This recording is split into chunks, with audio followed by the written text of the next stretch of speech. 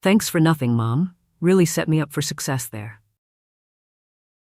The words cut through the Thanksgiving dinner like a knife, spoken by the son she'd sacrificed everything to raise. But what 67-year-old Ruth Williams pulls from her purse next will leave her ungrateful son speechless and teach everyone at that table a lesson about gratitude they'll never forget. She's kept this secret for 30 years. Tonight, in front of his wife, his children, and the whole family, she's about to reveal exactly what nothing really means. And the truth will change everything. Love isn't always loud or obvious. Sometimes it works quietly in the background, making sacrifices that no one sees. If you've ever wondered whether your efforts are appreciated, this story will remind you that love always finds a way to be heard. Think about the person who sacrificed the most for you. Share their name in the comments. Let's honor the quiet heroes who shaped our lives. Welcome to Granny Dorothy Stories. Please like, share, and subscribe. It really encourages me to keep sharing these awesome stories. Thursday evening, November 23rd. The dining room of a colonial house in Springfield, Illinois, glows with candlelight and the warmth of family gathered for Thanksgiving. Around the mahogany table that's seen 30 years of holiday meals, 3 generations of the Williams family share what should be a perfect evening. Ruth Williams sits at the head of her dining room table, watching her family with quiet satisfaction. To everyone here, she's just Grandma, the woman who makes perfect turkey, remembers everyone's birthdays, and still lives in the same modest house where she raised her children. They have no idea they're sitting across from someone who once held her future in her hands and chose to give it away. They don't know about the envelope in her purse that's been waiting 30 years for the right moment. Tonight, that moment has arrived. The dinner table buzzes with conversation and the clink of silverware against Ruth's grandmother's china. Her son Michael adjusts his expensive tie, who wears a $300 tie to family dinner, while cutting his turkey with the precision of someone accustomed to control.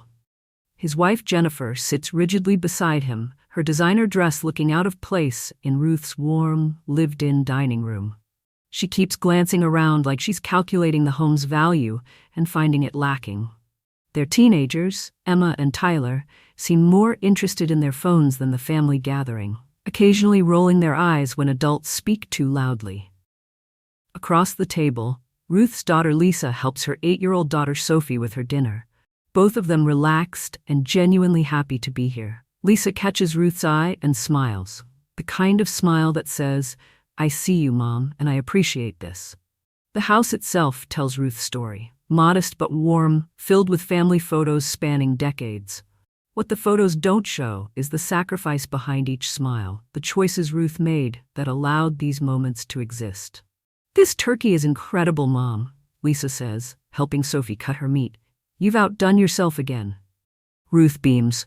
"Your grandmother's recipe. Some things are too good to change." Speaking of change, Michael interjects, cutting his turkey with precise movements. "Lisa, did you know Mom's still driving that ancient Honda? I keep telling her to get something newer, safer, but she's stubborn." "It runs perfectly fine," Ruth says gently. "No need to fix what isn't broken." Michael shakes his head. "That's exactly the problem, Mom. You've never understood the value of investing in quality, always going for the cheapest option." Jennifer nods in agreement. "Michael's right, Ruth. You really should let him help you get something more appropriate." The word appropriate hangs in the air with subtle condescension. Lisa catches it immediately, her eyes narrowing. "Mom's car is fine," Lisa says firmly. "She's been taking care of herself long before we could help." "Has she thought?" Michael's tone grows sharper. "I mean, look at this house. Same furniture from when we were kids. Same outdated kitchen. Mom, you could live so much better if you just made smarter choices." Ruth continues eating quietly, but something shifts in her posture. 30 years of biting her tongue, of letting her son believe what he wants to believe about her choices. "Grandma's house is perfect," Sophie pipes up loyally. "It's cozy and warm and smells like cookies." Michael smiles condescendingly at his niece. "That's sweet, Sophie. But when you're older, you'll understand the difference between cozy and successful."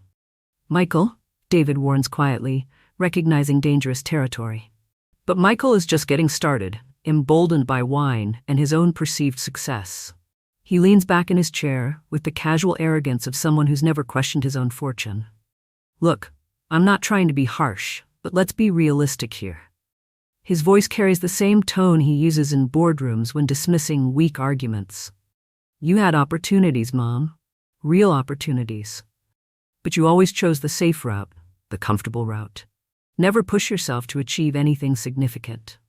He gestures around the dining room with a sweep of his hand that takes in the floral wallpaper Ruth hung herself, the china cabinet filled with dishes she collected piece by piece over decades, the family photos chronicling years of modest but happy moments. This whole settling for mediocrity. It's a pattern, Mom.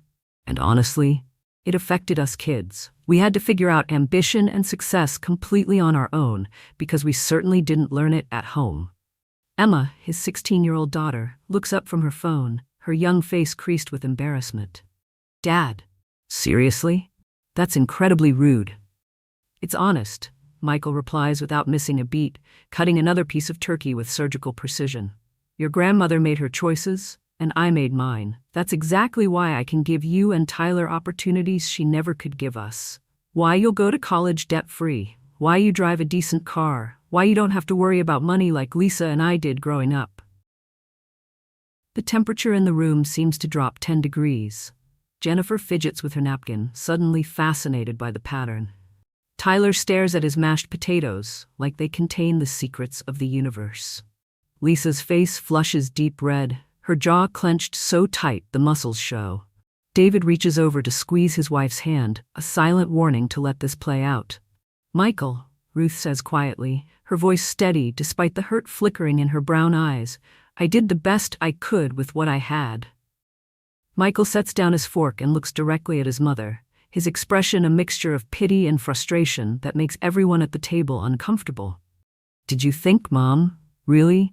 His voice rises slightly, the wine loosening, not just his tongue, but 30 years of buried resentment. Because when I look at what I've accomplished despite my, let's call it humble beginnings, I have to wonder what could have been different if you'd shown even a fraction of the drive I had to develop on my own. He pauses for effect, the lawyer in him knowing how to let silence underscore his point. I mean, you're smart enough. You could have gone back to school, pursued a real career, built something meaningful instead of just existing in this bubble of comfortable mediocrity. Instead, you chose to stay small, stay safe, and honestly, that held us back too. The words hang in the air like smoke from a fire everyone can smell, but no one wants to acknowledge. Michael's not done. Thanks for nothing, Mom. The phrase comes out casual, almost throwaway, but it lands like a physical blow. Really set me up for success there. Had to learn everything about ambition, about building wealth, about creating opportunities completely from scratch. No guidance, no example to follow, just this. He gestures again at the warm, loving home his mother created. Pure survival instinct on my part. The silence that follows is deafening. 3 generations frozen around a dinner table as the weight of Michael's words sinks in. Ruth sets down her fork with deliberate care. She dabs her mouth with her napkin, folds it neatly and places it beside her plate. When she looks up, her expression has changed completely.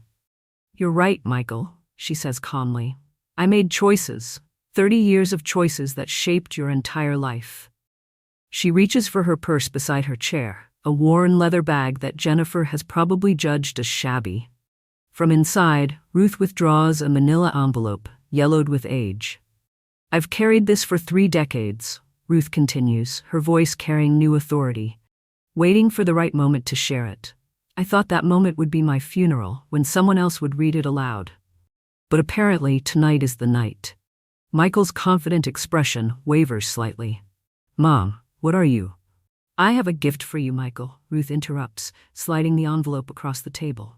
Since you seem to think I gave you nothing, let me show you exactly what nothing looks like. Michael stares at the envelope like it might explode.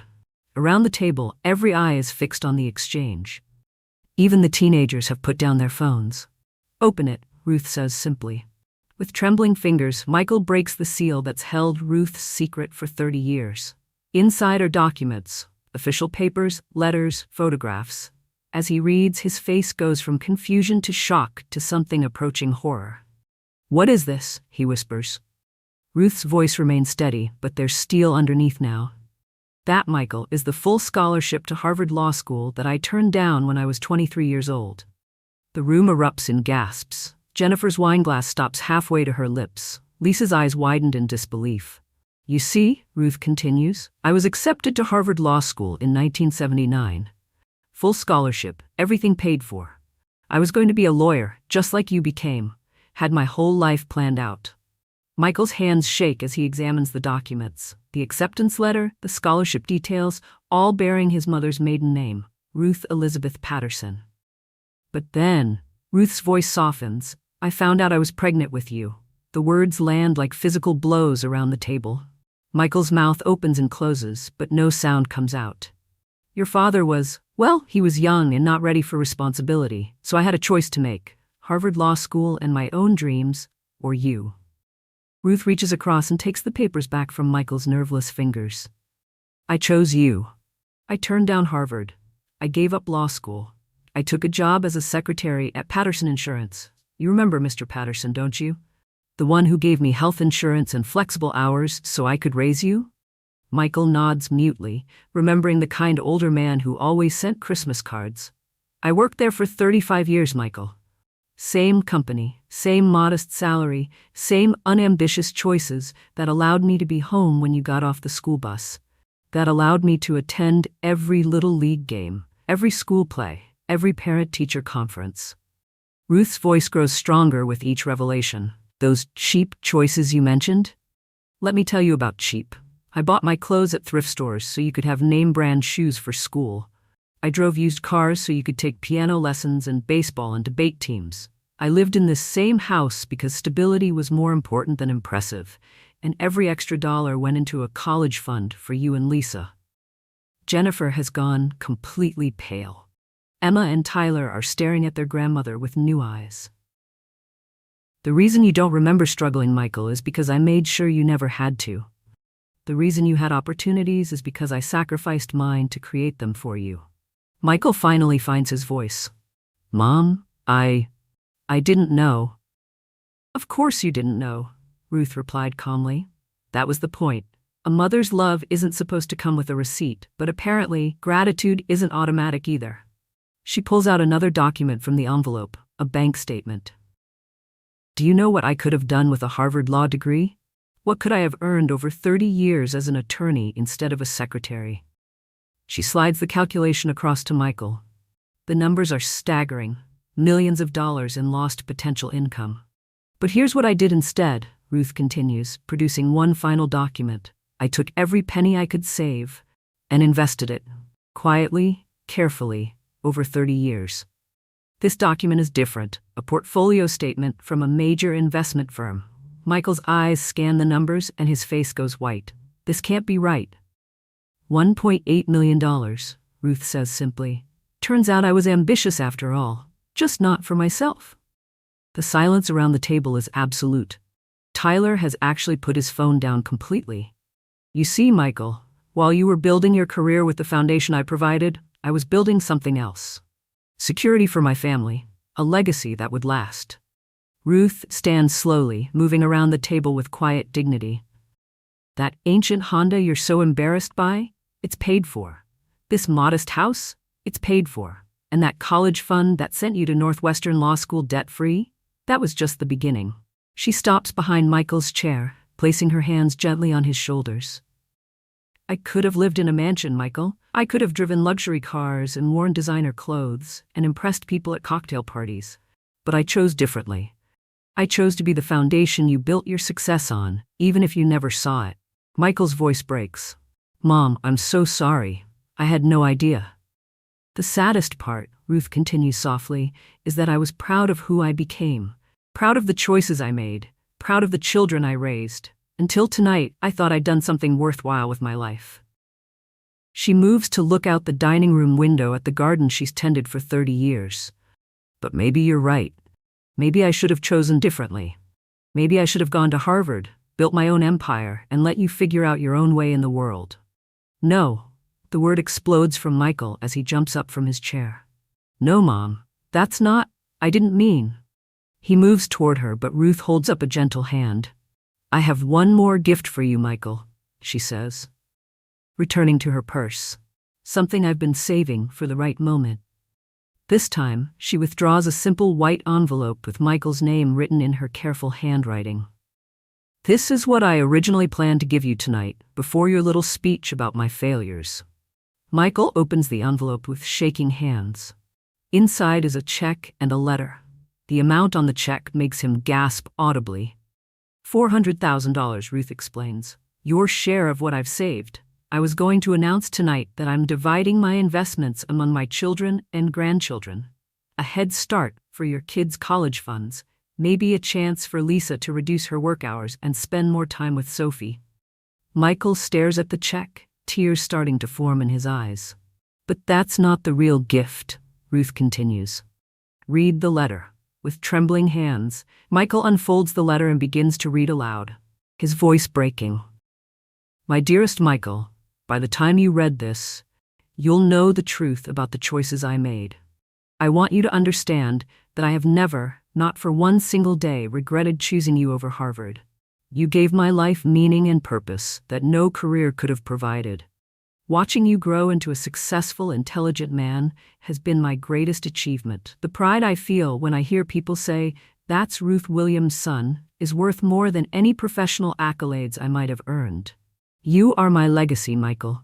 You and Lisa and your beautiful children. Everything I sacrificed was nothing compared to what I gained. Michael's voice fails completely as he reaches the end. Tears stream down his face as he looks at his mother, really looks at her, perhaps for the first time in years. The truth is, Ruth says softly, I wouldn't change a single choice I made. Not Harvard, not the career, not the money, not the sacrifices, because they all led to this moment, to this family, to the man you've become. She pauses, her own eyes glistening. My only regret is that it took your cruelty tonight to make me realize you'd forgotten where your opportunities came from. Around the table, there's not a dry eye. Jennifer is openly crying. Emma has moved to hug her grandfather, David. Even Tyler looks shaken by the revelation. Michael drops to his knees beside his mother's chair. Mom, please forgive me. I'm so sorry. I never knew. I never understood. Ruth places her hand on his head, the same gesture she'd used to comfort him as a child. Of course I forgive you, sweetheart. That's what mothers do. But how can you? Michael sobs. After what I said, how I treated you. Because, Ruth says simply, love doesn't keep a scorecard. And because I know that the man who said those things isn't the real you. He's just someone who forgot, temporarily, how much love went into building his life. Lisa moves around the table to embrace both her mother and brother. Mom, you're incredible. We should have told you every day how grateful we are. You didn't need to tell me, Ruth replies.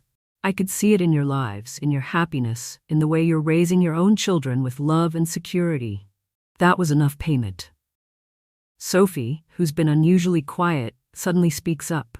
Grandma, you're like a superhero, but instead of saving the world, you saved our family. Ruth laughs through her tears. That's the nicest thing anyone's ever said about me, sweetheart. Michael finally pulls himself together enough to speak coherently. Mom, I want to make this right. Tell me how to make this right. Ruth considers this carefully. You want to make it right? Remember this feeling. Remember this moment. And when your children are older, when they're struggling to find their way, remember that sometimes love looks like sacrifice, not success. She looks around the table at her family, really looks at them. And maybe, she adds with a small smile, we could start a new tradition. Instead of just saying what we're grateful for at Thanksgiving, we could tell the stories behind our gratitude. Help each other remember the love that got us here. Emma speaks up suddenly. Grandma, will you tell us more stories? About when Dad was little? About the choices you made? I'd love to, Ruth replies. I have 30 years of stories I've never told. As the evening progresses, the mood around the table transforms completely. Michael moves his chair closer to his mother, asking questions about his childhood he'd never thought to ask. Jennifer, humbled by the revelation, begins to see Ruth in an entirely new light. The teenagers put away their phones entirely, captivated by stories of sacrifice and love they'd never imagined. Mom, Lisa says as they clear the dinner dishes, I want you to know that I've always seen it. Maybe not the Harvard thing, but I've always known how much you gave up for us." Ruth squeezes her daughter's hand. "You were always the more observant one." "No," Lisa corrects gently. "I was just the one who stayed close enough to see." Later that evening, as the family gathers in Ruth's living room for coffee and pie, Michael sits beside his mother on the worn sofa he'd criticized earlier. "This couch," he says quietly, running his hand over the faded fabric. "I remember you reading to me here when I was sick." "Every night for 2 weeks when you had pneumonia," Ruth confirms. "You were 6 years old and convinced the couch was magic because you always felt better here." Michael's voice is thick with emotion. "It is magic. I just forgot." "We all forget sometimes," Ruth says. "The important thing is that we remember when it matters." 3 hours later, as the family prepares to leave, the goodbye hugs last longer than usual. Michael holds his mother for a full minute, whispering apologies and promises. "I love you, Mom. More than I've ever told you. I love you too, sweetheart. I always have, and I always will." As the cars pull away from the modest house in Springfield, Ruth stands in her doorway, watching the taillights disappear into the November night. The envelope with her secrets lies open on the kitchen table, its contents finally shared after 30 years. For the first time in her adult life, Ruth Williams doesn't feel like she's carrying her love alone. Tonight, her family knows the weight of what she's given, the magnitude of what she's chosen, and the depth of love that shaped their lives. The secret is out, but it hasn't diminished her. It's elevated her children's understanding of what sacrifice really means and what love really costs. Sometimes the greatest gifts are the ones we give in silence, expecting nothing in return. But every once in a while, when the silence is broken, the gratitude that follows can heal wounds we didn't even know existed. 6 months later, Michael calls his mother every Sunday, not out of obligation, but out of genuine desire to hear her voice. Jennifer has started bringing Ruth small gifts, not expensive ones, but thoughtful ones that show she's paying attention to who Ruth really is. The teenagers now spend weekends at Grandma's house, not because they have to, but because they want to. They've discovered that Ruth's stories are better than any Netflix series, and her wisdom more valuable than any social media influencer. And Ruth, she's exactly who she always was, a woman who chose love over ambition, family over fortune, and giving over getting. The only difference is that now, finally, her family knows the full measure of her heart. The Harvard acceptance letter hangs framed in Michael's office now, not as a symbol of what Ruth gave up, but as a reminder of what she chose instead. Below it, he's added a photo from that Thanksgiving dinner, the whole family around Ruth's modest table, their faces glowing with newfound understanding and gratitude. The inscription reads simply, "To the woman who taught us that success isn't about what you achieve for yourself, but what you sacrifice for others. Thank you, Mom, for showing us what love really looks like." Because in the end, that's what Ruth's gift really was. Not the money, not the revelation about Harvard, but the reminder that love has been there all along, working quietly in the background, building foundations strong enough to support dreams, secure enough to weather storms, and deep enough to last a lifetime. Sometimes the most profound gifts come wrapped in the simplest packages, delivered by hands that have worked for decades without recognition, given by hearts that have loved without condition. Ruth Williams spent 30 years being the silent hero of her family's story. That Thanksgiving night, she finally let them see the superhero Sophie always knew she was. This story reminds us that behind every success, there's often someone who sacrificed for it to be possible. Behind every opportunity, there's frequently someone who gave up their own. And behind every family's happiness, there's usually someone who chose love over everything else. Take a moment to think about the Ruth Williams in your life, the person who made quiet sacrifices so you could succeed. Have you thanked them lately? Have you acknowledged the foundation they built for your dreams?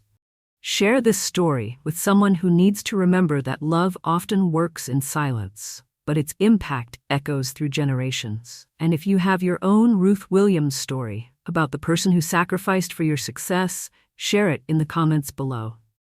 Subscribe for me heartwarming stories like this. Because the greatest tribute we can give to those who love us isn't success itself, but remembering and acknowledging the love that made it possible.